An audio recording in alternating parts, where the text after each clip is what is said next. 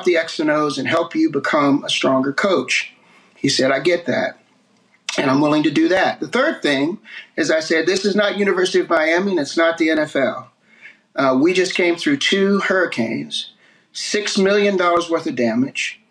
Much of what we've been working on for the last year and a half is improvements not only to the university's infrastructure, but also a long-term investment plan.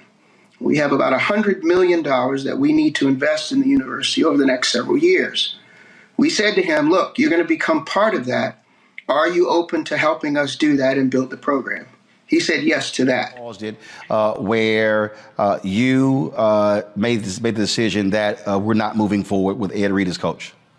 I think the final straw was actually the 3rd or 4th video, one with the background music being booties, butts, and boobs, and hoes. And, you know, we have 65% of our campus is female. And my view is that we are trying to build young men to respect Black women.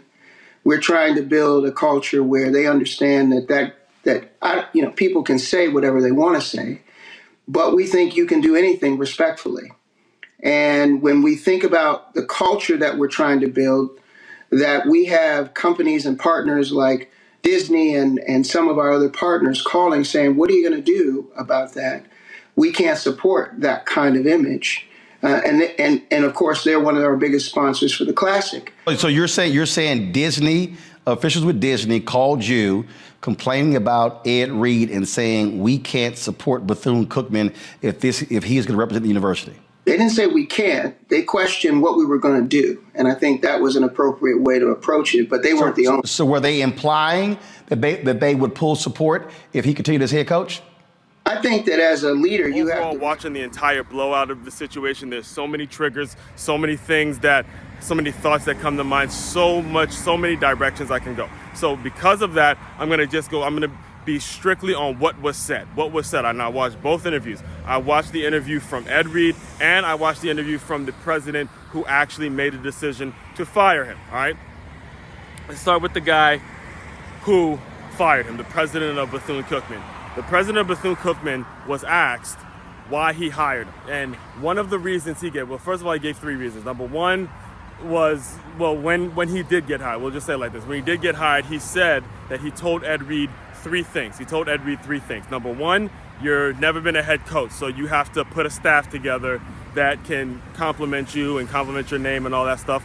Fair. Second, it was a Christian university, and you got to abide by a certain level, certain principles and things like that. Again, second thing that's fair. Here's where he went wrong. The third reason that he gave the third stipulation, the third condition that he gave for giving Ed Reed the job was that Ed Reed is financially successful, right? He has enough finances, and he said this in a roundabout way. He said, we're going to be depending on you, Ed Reed, to maybe offer some funds, or in so many ways. He said we're gonna need some money from you. All right, the university is gonna be asking you for some money out of pocket, not the money that you were getting from sponsors. We're gonna be asking you, Ed Reed, to give up some of that cash for us and our whatever it is we need for the university. Again, Ed Reed is a millionaire. He's a Hall of Famer. He has resources. I can completely understand with why he was totally fine with getting that job. The problem, fine with that stipulation, fine with that condition. Problem is the fact that you would hire someone and then say that to them is kind of a disrespect, in my opinion. You're not hiring someone based on the fact that they could do the job. You're hiring someone based on the fact that they have the money, that they can supply your other needs and shit like that. So again, we'll be in a Christian university. Well, I guess we'll just look past that. All right, let's dive into why he was ultimately fired. The president is on record saying, we ultimately let him go. It was the thing he said. He said the final straw, this is his word specifically. He said the final straw was his last video, and when he heard background music playing where it was booties, hoes, boobs, and all, and the reason he gave for, that being a problem was the fact that they have a campus that's 65% women, all right, 65% women, and he, quote, end quote, wants to raise or create a culture in which respects Black women. We'll just cut it right there, because that's complete bullshit. So you mean to tell me, all right, gather my thoughts here. Here's the problem. Here's the problem I have with that. Why is it? First of all, let's go back. Let me collect my thoughts. Let's go back. First of all, all right. When he said that, he also said, because I'm getting fired up. I've learned to calm myself down when it comes to hot topics like this. All right. He also said that he got calls from Disney. Which is one of his major sponsors, asking him what is he gonna do when Ed Reed put that video out. Right. When Ed Reed put the video out, he said he got calls from Disney asking, what are you gonna do about the situation?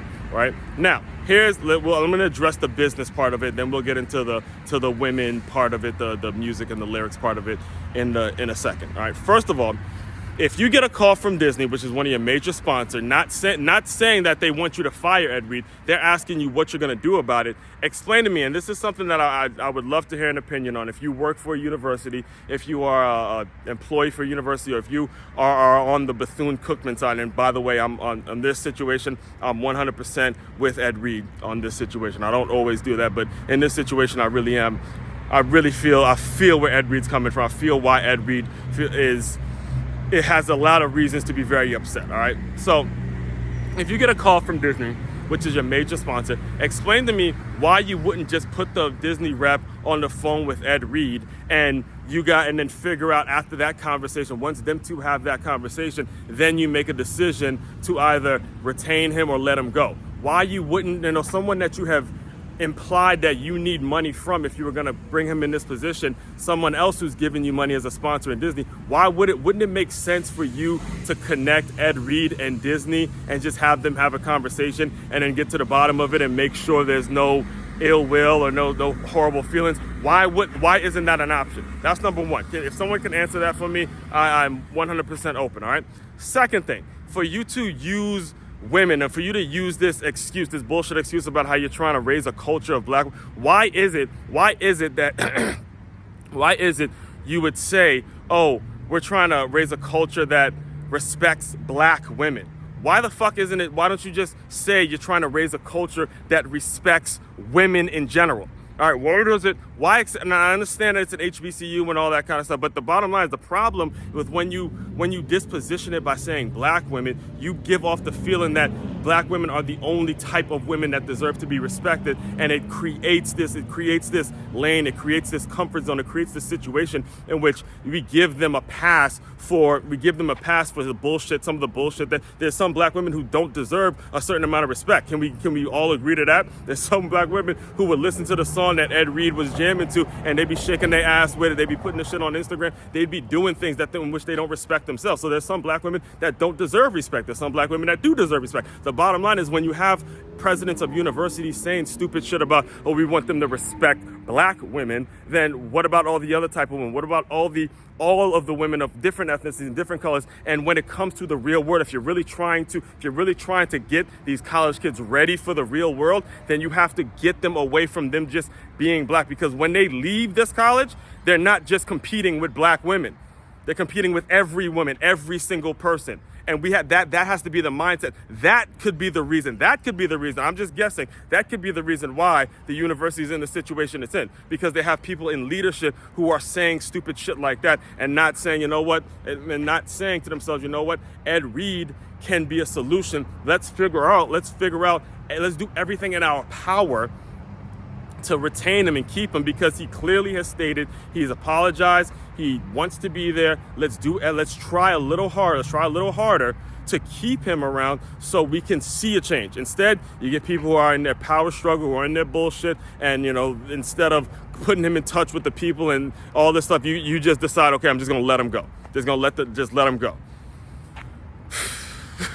I'm gonna shut myself up. I will have more on this. Trust me, I'll have more on this. Just stay tuned for it. I dive deeper into this. When stuff like this comes up, it becomes uncontrollable. I'm sorry if I didn't sound as organized or as professional as I normally do, but stuff like this really drives me crazy, because again, as former football players, coaches, and all that stuff, this kind of stuff, it creates such a huge problem within our community. Oswald Cruikshank, your one and only Move Swiftly speaker, checking out. You guys continue to move swiftly. We will talk more soon.